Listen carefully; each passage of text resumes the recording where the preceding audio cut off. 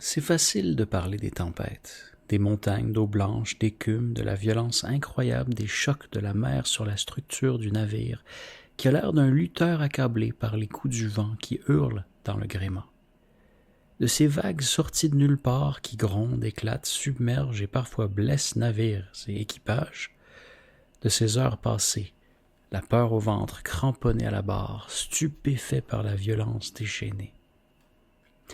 Cette sensation d'être un boxeur avec les mains attachées qui prend des coups et ne peut en donner, et dont la survie ne dépend que de sa qualité d'esquive et de la lassitude de l'adversaire.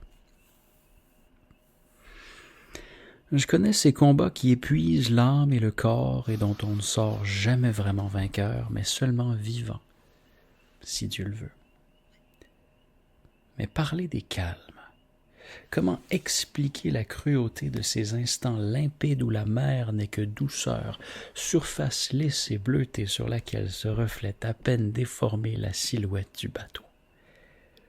Le silence absolu qui nous entoure, les nuages immobiles dans ce tableau d'été parfait.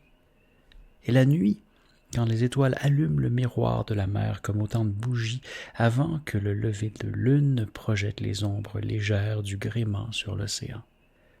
Rien ne bouge, tout luit.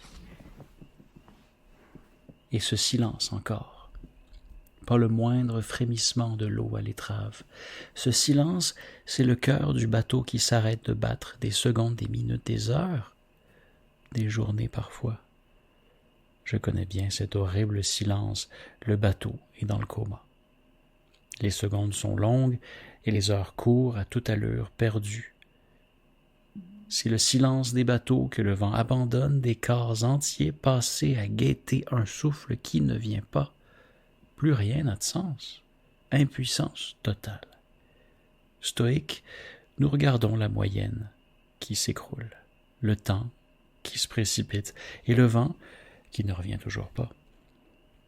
Sensation collective de migraine et de gueule de bois dans la nuit immobile. Nous dit Olivier de Karshausen dans Promenade en bord de mer et étonnement heureux, ses observations de traversées parfois solitaires. En navire à voile.